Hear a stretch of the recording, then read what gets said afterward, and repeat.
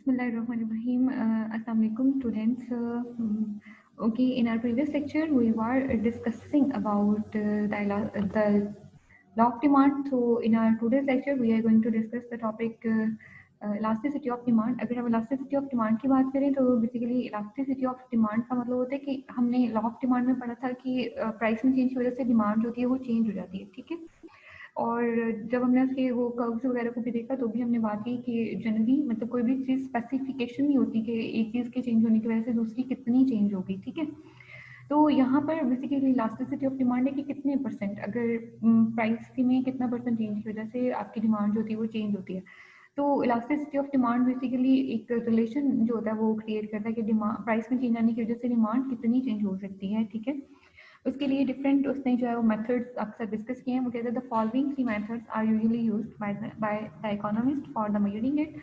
Elasticity of demand के price में change आने की वजह से डिमांड में कितना चेंज आएगा उसको मेजर करने के लिए वो कहते हैं जनरली थ्री मेथड जो हम यूज़ करते हैं, total expenditure method, proportional method और थर्ड वन पे geometric method. Total expenditure method में कहते हैं under this method we measure elasticity of demand by examining the change in the total expenditure due to the change in price.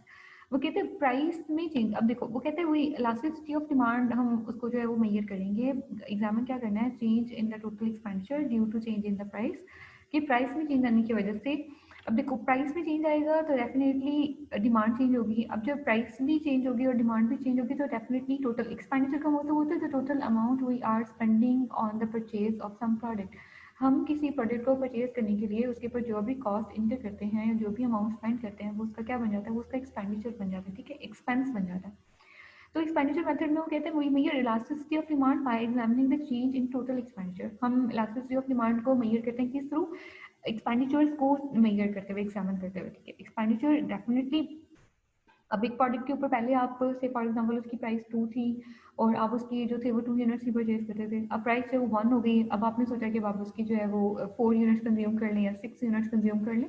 तो जो total amount आप उस product के ऊपर स्पेंड कर रहे थे, जो एक्सपेंडिचर आपको आ रहा था, डेफिनेटली वो क्या हो जाएगा, वो चेंज हो जाएगा। वो कहते हैं look at the following demand schedule relating to the handkerchiefs. Handkerchiefs मतलब कोई रुमाल वगैरह कोई भी प्रोडक्ट उसने ली है तो उसने कहा कि उसके तरह आप उसके स्केड्यूल को देखिए। प्राइस पर हैंडकरचीफ नंबर 1 पे आपको बताया, प्राइस पर हैंडकरचीफ फिर कहते हैं नंबर डिमांडेड मतलब क्वांटिटी डिमांडेड कितनी है और फिर टोटल अमाउंट स्पेंड। तो नंबर 1 जो आपके पास स्केड्यूल है उसमें प्राइस जो थी वो 7 थी, तो वो 7 प्राइस के ऊपर जो हम डिमांड कर रहे थे वो 2 थी और जो टोटल अमाउंट हम वहाँ पे स्पेंड कर रहे थे दैट वाज 40। प्राइस जो थी वो कम होगी, कितनी होगी 4, और डिमांड इंक्रीज होकर कितनी चलेगी 2 से 3 पे चलेगी, ठीक है। अब आप 3 प्रोडक्ट्स होते हैं वो परचेज करें और इसमें हम जो आपके पास टोटल अमाउंट जो आप उस पर स्पेंड करें वो कितनी होगी, वो 12 हो गई है। नंबर 3 पे प्राइस फर्दर डिक्रीज होकर 3 पे चली जाती है और आपकी जो डिमांड होती है वो इंक्रीज होकर 4 पे आ जाती है और 4 पे आने की वजह से आपकी जो टोटल अमाउंट उस पर स्पेंड है वो कितनी है, वो 12 हो जाती है। और प्राइस फर्दर डिक्रीज होकर 2 पे चली जाती है और आपकी जो टोटल डिमांड है वो इंक्रीज होकर अपने मैक्सिमम 0.8 पर है और इस टाइम जो आपकी स्पेंडिंग है उसके ऊपर वो कितनी है, 16। आप जरा चेक करो आप, अच्छा यहाँ पे नेक्स्ट उसने आपको खुद ही बता दिया, ये सारा उसने आपको बता दिया था कि टोटल अमाउंट ऑफ स्पेंड, ये टोटल आपका एक्सपेंडिचर है जो आप उस प्रोडक्ट के ऊपर कर रहे हो। नेक्स्ट सबसे कहते हैं when the total amount of the money spend remains the same. कहते हैं जब टोटल अमाउंट ऑफ मनी आप जो स्पेंड करें वो सेम रहती है बिटवीन जैसे नंबर 2 एंड 3, ये जैसे देखो 2 और 3 के बिटवीन जो आपका टोटल अमाउंट स्पेंड है वो सेम है। नंबर ऑफ हैंडकरचीफ जो है वो 3 है और जो प्राइस पर प्रोडक्ट है वो 4 है, तो 12 आ गया स्पेंडिंग। और जब आपके पास जो इसकी प्राइस थी वो 3 पे चलेगी और डिमांड थी वो 4 पे चलेगी, तो भी आपका जो एक्सपेंडिचर था वो सेम ही रहा, वो 12 और 12 ही थे। तो कहते हैं the total amount of the money spend remains the same. जब total amount of money spend same रहती है, प्राइस भी चेंज हो रही है, डिमांड भी चेंज हो रही है, लेकिन जो आपका एक्सपेंडिचर है वो सेम रह रहा है, तो इसको हम क्या कहते हैं, दिस इज यूनिट इलास्टिसिटी, इसको हम यूनिट इलास्टिसिटी कहते हैं, ठीक है। ये एक थोड़ा एक बैलेंस या इक्विलिब्रियम की सिचुएशन होती है, ठीक है। जैसे वो कहते हैं कि for example between number 2 and 3 about the elasticity is set to be unity. तो यहाँ पर जो आपकी इलास्टिसिटी है वो कितनी,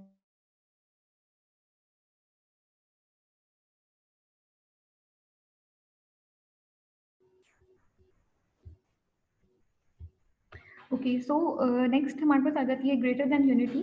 समटाइम्स पे जो चेंज इन डिमांड आता है प्राइस की वजह से वो ग्रेटर देन यूनिटी होता है, मतलब जो बैलेंस जो होता है उससे ज़्यादा डिमांड होती है वो इंक्रीज कर जाती है। कहते हैं when the total amount of the money spend increases with a fall in price. कहते हैं प्राइस में फॉल आ जाता है और जो टोटल अमाउंट ऑफ मनी आप स्पेंड करते हैं उसके ऊपर, ठीक है, मतलब ये कि अब देखो, अब जो आपका जो भी सप्लायर था या जो भी मार्केटर है, अगर वो यहाँ पर जाके अपनी प्राइस को डिक्रीज करता है तो उसको यहाँ पे एडवांटेज मिलता है ना। आप अब जो टोटल अमाउंट स्पेंड कर रहे थे फॉर एग्जाम्पल पहले, अब यहाँ पे वो एग्जाम्पल के साथ बताएगा, फिर मैं आपको फर्दर इलेबरेट करके देती हूँ। कहते हैं, when the total amount of the money spent increases with a fall in price, आपकी प्राइस जो थी वो फॉल हुई है, और decreases with a rise in price, ठीक है, या फिर वो डिक्रीज होती है जब प्राइस इंक्रीज करते हैं। The elasticity is said to be greater than unity as between two prices, number 3 and 4. अब देखो नंबर 3 and 4 में ये 3 और 4, नंबर 3 पे कितना था 12 और नंबर 4 पे कितनी है 16, जो स्पेंडिंग आपकी अमाउंट है। अब इसे फॉर एग्जांपल अगर एक मार्केट एक चीज़ आपको दे रहा था 3 रुपीज़ में, अब वो अगर उसने आपको 2 रुपीज़ में दी है, तो अब देखो उसको यहाँ पे 4 रुपीज़ का एडवांटेज हुआ है। तो इट मीन्स कि यहाँ पर जो आपकी जो डिमांड है ना, वो that is greater than unity, ठीक है, उसको पहले से ज़्यादा जो होता है वो क्या किया है, उसको बेनिफिट दे दिया वो चीज़, ठीक है। पहले आप 12 रुपीज़ उस पर स्पेंड कर रहे थे, अब आप उस पर पहले से ज़्यादा अमाउंट है वो स्पेंड करेंगे। नेक्स्ट सिचुएशन आपका साथ ही लेस देन यूनिटी, कहते हैं when the total amount of the money spend decreases with a fall in price और increases with a rise in price. वो कहते हैं जब आप टोटल अमाउंट ऑफ मनी जो आप स्पेंड कर रहे हैं वो डिक्रीज कर रहे हैं फॉल इन प्राइस के साथ, आप प्राइस भी डिक्रीज करें और टोटल अमाउंट जो स्पेंड हो रही थी वो भी डिक्रीज हो जाए, मतलब आपने प्राइस भी डिक्रीज कर दी और जो रेवेन्यू आपको जनरेट हो रहा था वो भी कम हो गया। और increases with the rise in price, यहाँ पे वो इंक्रीज होती है प्राइस के राइज होने में। The elasticity is set to be less than unity, तो इसको हम कहते हैं कि यहाँ पे जो इलास्टिसिटी ऑफ डिमांड है वो आपकी लेस देन यूनिटी है between the two prices like number 1 and 2। अब देखो 1 and 2 में देखो पहले पहले 7 थी प्राइस, तो स्पेंड हम कितना कर रहे थे 14, उसके बाद प्राइस जो थी वो डिक्रीज होकर 4 होगी, अब हम कितना स्पेंड कर रहे हैं 12। तो इस टाइम पे अगर सप्लायर अपनी उसको प्राइस को डिक्रीज करता है ताकि उसकी डिमांड इंक्रीज हो, तो डिमांड तो इंक्रीज हो जाती है, लेकिन अल्टीमेटली जो उसका प्रॉफिट इफेक्ट होता है वो पॉजिटिव नहीं रहता, ठीक है। तो इसका मतलब है जो आपकी डिमांड इलास्टिसिटी है that is less than unity, ठीक है। यहाँ के बाद उसने वो कहता है we can also represent this method diagrammatically, तो हम इसके डायग्राम जो है वो नहीं बना रहे, इसलिए हम इसका बाकी का पोर्शन जो है वो छोड़ देंगे। सो एक्सपेंडिचर मेथड के अंदर हम सिर्फ यही कहते हैं कि हम इसको कंपेयर करते हैं टोटल अमाउंट ऑफ स्पेंडिंग के साथ, ठीक है, मतलब टोटल अमाउंट हमने कितनी स्पेंड किया। तो स्पेंडिंग के साथ अगर अमाउंट होती है वो सेम रहती है तो वो आपकी इक्वल टू यूनिटी आ जाती है, अगर वो इंक्रीज कर जाए तो उसको हम लोग ग्रेटर देन यूनिटी कहते हैं, और अगर वो टोटल एक्सपेंडिचर की amount with the fall in price decrease कर जाती है, प्राइस भी डिक्रीज हो रही है ऊपर से स्पेंडिंग भी डिक्रीज हो जाए, तो अगर दोनों चीज़ें डिक्रीज हो जाए तो उसको हम कहते हैं लेस देन यूनिटी कहते हैं। Next is about the proportional method. तो प्रोपोर्शनल मेथड में जैसे प्रोपोर्शन आपको याद रखेगा लाइक रेशियो टाइप हम इसको कहते हैं, ठीक है, मतलब there is a type of ratios. Ratio में कहते हैं under this method we measure elasticity by comparing the percentage change in price with the percentage change in demand. हम यहाँ पे हम क्या करते हैं, कहते हैं हम इलास्टिसिटी को मेजर करते हैं बाय कंपेयरिंग, देखो प्रोपोर्शंस यहाँ पे रेशियोज हमेशा कंपैरिजन ही होता है बिटवीन टू आप वेरिएबल्स कह लें या फैक्टर्स कह लें, ठीक है, जिसमें एक आपके पास न्यूमिनेटर होता है, एक आपके पास डिनोमिनेटर होता है, हम उसको रेशियो कंपेयर कर रहे होते हैं, एक चीज़ आपके उसमें डिवाइडर के न्यूमिनेटर में आ जाती है और एक आपके पास डिवाइडर की डिनोमिनेटर में आ जाती है। कहते हैं we measure elasticity by comparing the percentage in price with the percentage change in demand. तो प्राइस में मतलब प्राइस में चेंज आने की वजह से कितने परसेंटेज डिमांड में है, हम इसको परसेंटेज के थ्रू कैलकुलेट करेंगे। कहते हैं the elasticity of demand is unity greater than unity और लेस देन यूनिटी। नॉर्मली वो हमारे पास क्या होता है कि जो हमारे पास इलास्टिसिटी ऑफ डिमांड होती है वो यूनिटी में आती है, ग्रेटर देन यूनिटी में आती है और लेस देन यूनिटी।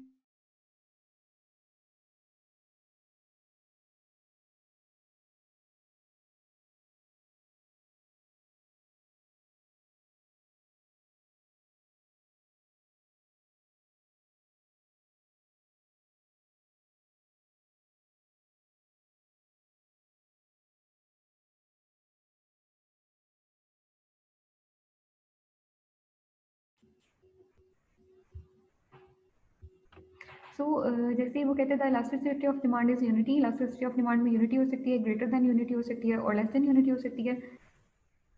अकॉर्डिंगली कहते हैं accordingly as the change in the demand is proportionate, जैसे वो प्रोपोर्शनेट होती है तो आप यहाँ पर प्रोपोर्शनल मेथड में आपको क्या होता है वो प्रोपोर्शनेट हो सकती है, that could be more than proportionate हो सकती है और less than proportionate to the change in the price respectively, price में चेंज के साथ, ठीक है। तो कहते हैं the elasticity is the ratio of the percentage change in the quantity demanded to the percentage change in the price charge. वो कहते हैं इलास्टिसिटी को हम कैसे कैलकुलेट करेंगे, by measuring the ratio, ratio में हम क्या करेंगे कंपेयर करेंगे percentage change in the quantity demanded to the percentage change in the price charge, मतलब जो भी दोनों के अंदर। अच्छा अब बेसिकली नेक्स्ट वो आपको इसको फर्दर एलाबरेट भी कर रहा है, कहते हैं फार्मूला इज इलास्टिसिटी का फार्मूला क्या होगा, proportionate change in demand divided by proportionate change in price, ठीक है।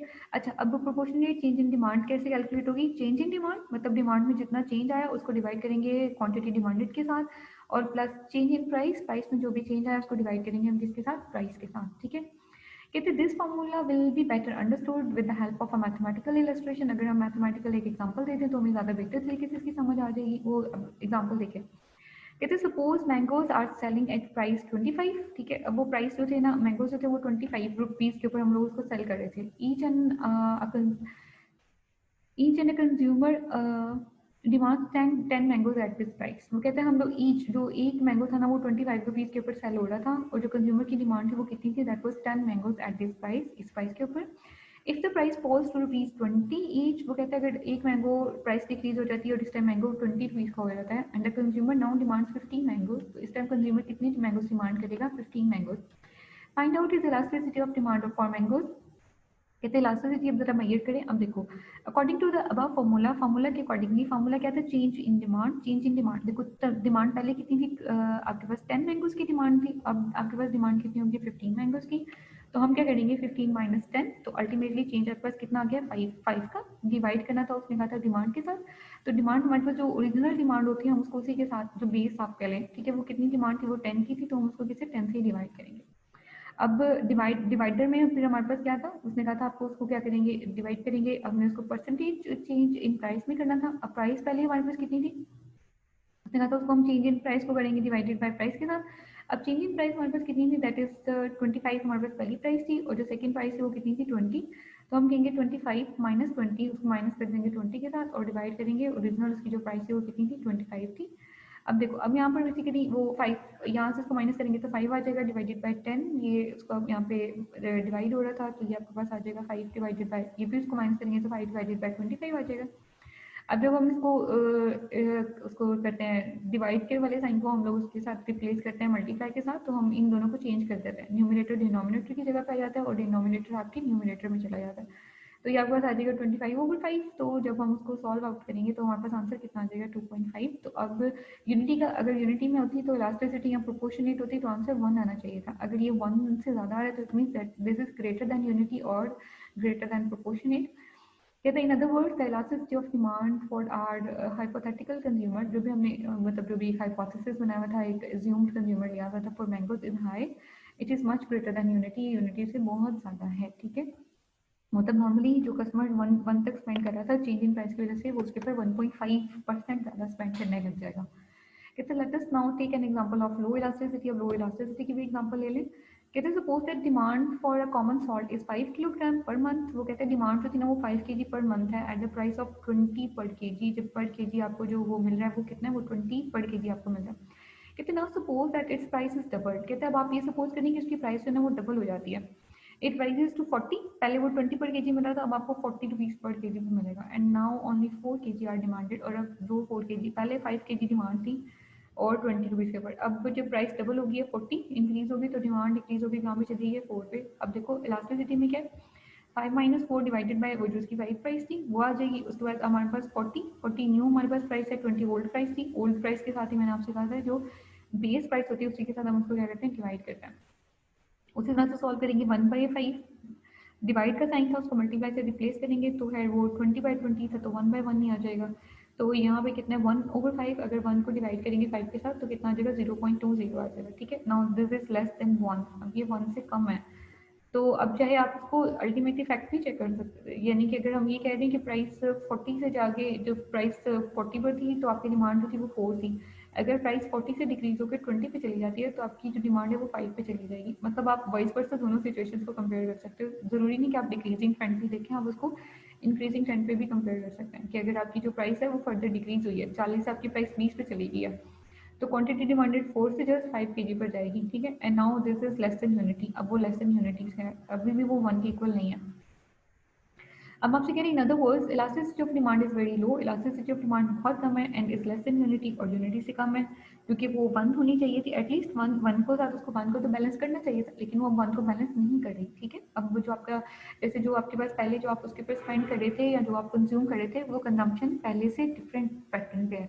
कहते हैं in regard to this proportional method we can broadly say that when the percentage change in price and the consequent percentage change in demand are equal. कहते हैं इस proportional method के साथ हम we can broadly say that when the percentage change in price and the consequent percentage change in demand are equal. जब आपके पास percentage change price में change आता है ना अगर और उसकी वजह से जो चेंज आता है डिमांड में अगर वो दोनों इक्वल होंगे तो इलास्टिसिटी विल बी यूनिटी। तो इलास्टिसिटी हमेशा यूनिटी में एग्जिस्ट करती है, ठीक है। मतलब जितनी प्राइस इंक्रीज हुई है उसके अकॉर्डिंगली बिल्कुल राइट प्रोपोर्शन के अंदर डायरेक्ट प्रोपोर्शन के अंदर अगर उतना ही आपका वो भी चेंज हो जाता है, डिमांड भी चेंज हो जाती है तो वो आपके पास इक्वल आ जाएगा। नेक्स्ट सबसे क्या है इलास्टिसिटी विल बी वो यूनिटी में होगा when the percentage change in demand is greater than the change in price. अगर डिमांड में ज़्यादा चेंज आ जाता है प्राइस में कम चेंज है elasticity will be greater than unity. Elasticity greater than unity होगी एंड कन्वर्सली और उसके रिवर्स में क्या है elasticity will be less than unity. Elasticity unity से कम होगी when the percentage change in demand is less then that in price. जब जो उसके अंदर चेंज इन डिमांड जो था उसका परसेंटेज चेंज इन डिमांड कम है जबकि परसेंटेज चेंज इन जो प्राइस है आपके साथ उसके अंदर उसका जो कंपैरिजन करते हैं तो वो अगर कम होगा तो वो लेस देन यूनिटी में आएगी। Last and the third and the last method that is geometrical method. Geometrical method में उसको हम थोड़ा ज्योमेट्री जैसे वो आप ग्रामेटिकली करते थे या जब आपको याद होगा मैथमेटिक्स में हम ज्योमेट्री का एक चैप्टर पूरा पढ़ा करते हैं, ये थोड़ा बहुत उससे रिलेटेड है। माइनर सी डिस्कशन है थोड़ा अंडरस्टैंड करने के लिए इतना just a little bit logical. कहते हैं this method is used to measure the elasticity of demand at any given point on demand curve. अब देखो उसने ना आपको एक डिमांड कर्व शो किया हुआ है, ये डिमांड कर्व है। वो कहते हैं इस डिमांड कर्व की किसी भी पॉइंट के ऊपर अगर आपको ठीक है वो कहते हैं is used to measure the elasticity of demand at any given point on the demand curve. कहते हैं डिमांड कर्व के ऊपर आप ये डिमांड कर्व के किसी भी पॉइंट पे अगर आपसे कहता है ये इलास्टिसिटी मेजर करके बताओगे हाँ जी इसके ऊपर इलास्टिसिटी कितनी है तो वो हमने इसको जो है वो मेजर करके बतानी है। अब देखो ये डिमांड कर्व है आपका, ठीक है, ये डिमांड ये इन्वर्सली जो उसका था रिलेशनशिप था, ठीक है, डाउनवर्ड स्लोप में। अब यहाँ पर ये आपका डिमांड कर्व है, दिस इज योर मतलब आप उसको कह लें कि ये डी, ठीक है, मतलब ये डी के साथ डी नॉट उसने बनाया हुआ है, ये आपका पास डिमांड कर्व है। अब देखो ये प्राइसेस है, जब जब हम ये बात करते हैं ना ये डिमांड कर्व है ना पूरा। अब देखो जब प्राइस है ना 3 पर, जब प्राइस अपने हाईएस्ट पॉइंट पे ना तो ये क्वांटिटी देखो क्वांटिटी कितनी यहाँ पे 0 से लेके यहाँ तक इतनी क्वांटिटी डिमांड कर रहे हैं जब प्राइस आपके पास कितनी मौजूद है P3 में मौजूद है। अगर यही प्राइस बिलो जाके P2 पे आ जाती है, अब P2 पे देखो अब 0 से लेके यहाँ तक इतना इतना पोर्शन जो है ना पहले यहाँ तक आप क्वांटिटी डिमांड कर रहे थे ना अब आपके पास पोर्शन यहाँ तक आ जाएगा P2 के साथ, ठीक है। अगर प्राइस P2 से भी डिक्रीज होकर P1 पर आ जाती है तो अब आपकी जो डिमांड है वो यहाँ पर मैक्सिमम पॉइंट यहाँ पर आ जाएगी, ठीक है। देन यहाँ पर ये बेसिकली आपका डिमांड कर्व है, इस डिमांड कर्व के ऊपर डिफरेंट पॉइंट्स हैं, आप उसको पॉइंट 1 2 3 ये तो 1 2 3 तो आपको खुद नहीं है ना, आप जितने मर्जी पॉइंट यहाँ पे क्रिएट कर लें, ठीक है। ये यहाँ पर हम क्वांटिटी ले रहे हैं, ठीक है, यहाँ पर हम प्राइस ले रहे हैं, उन दोनों को मैच कर करके हमने ये पॉइंट 3 जो पॉइंट्स है वो रेज कर लिया, पॉइंट 1 2 और 3। अब मैं आपको ये बता दी कि देखो 3 प्राइस है तो डिमांड सिर्फ इतनी सी है, प्राइस कम होगी 2 पे आई तो डिमांड और बढ़ गई, प्राइस 1 पे आई तो फिर डिमांड और ज़्यादा इंक्रीज हो गई। मेजर कैसे करेंगे, फार्मूला क्या है, कहते हैं D D is the straight line demand curve, ये हमारे पास स्ट्रेट लाइन डिमांड कर्व है डी डी, ठीक है, डी देखो डी नॉट के साथ elasticity represented by the fraction. वो कहते हैं हम इसको फ्रैक्शन के साथ जो है वो करेंगे, फ्रैक्शन का मतलब होता है लाइक न्यूमरेटर और डिनोमिनेटर। कहते हैं distance from D naught to the point on the curve divided by the distance from the other end to that point. वो कहते हैं हमने क्या करना है distance from the D naught से उसका डिस्टेंस मेजर करना है to the point on the curve, उस पॉइंट से फॉर एग्जांपल वो हमें कहते हैं P1 पे बताओ तो कहते हैं distance from D naught to the point on the curve point. अब देखो कहते हैं P1 पे बताओ तो अब देखो पॉइंट 1 तक हम इसका डिस्टेंस लेंगे D1 इंटू P1, ये वाला ये दोनों डिस्टेंस ये D1 इंटू P1 आ जाएगा divided by the distance from the other and. अब हमने यानी कि अब P1 पे वो कहता है ना P1 पे कहते हैं बताओ तो पहले D1 का डिस्टेंस लेना है P1 के साथ और उसको डिवाइड हमने किसके साथ कर देना है इसी पॉइंट के ऊपर डिस्टेंस अब किससे लेना है दूसरे एंड से, वो क्या है वो D है, ठीक है।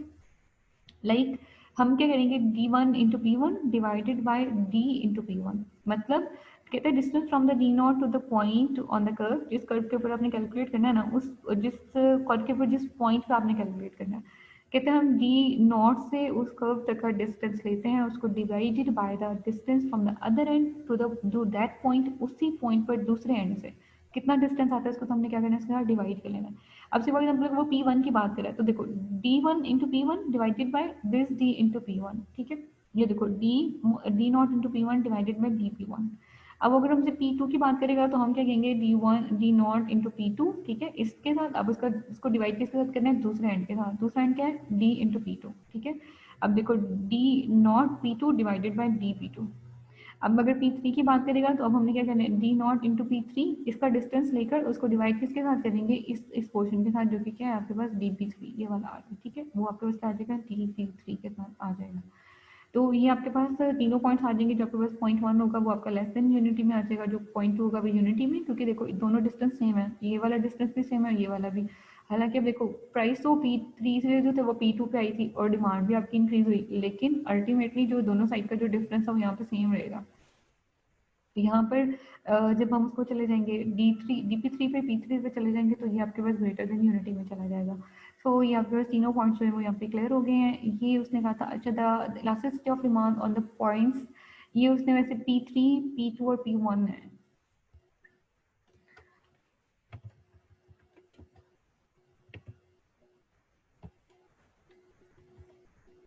ठीक है, ये बेसिकली P3, P2 और P1 है आपके पास, ये वाले जो पॉइंट्स हैं।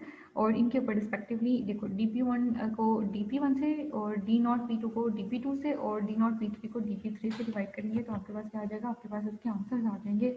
So that is all about today's lecture. इसमें इलास्टिसिटी ऑफ डिमांड का टॉपिक हमारा कंप्लीट हो गया है। आप इस लेक्चर को देख लें, फिर हम इंशाल्लाह इस लेक्चर को हमें क्लास में, अगर आपकी कोई क्यूरी होती है उसको नोट डाउन कर लीजिएगा, फिर हम उसको क्लास में डिस्कस कर लेंगे। Wish you very good luck class.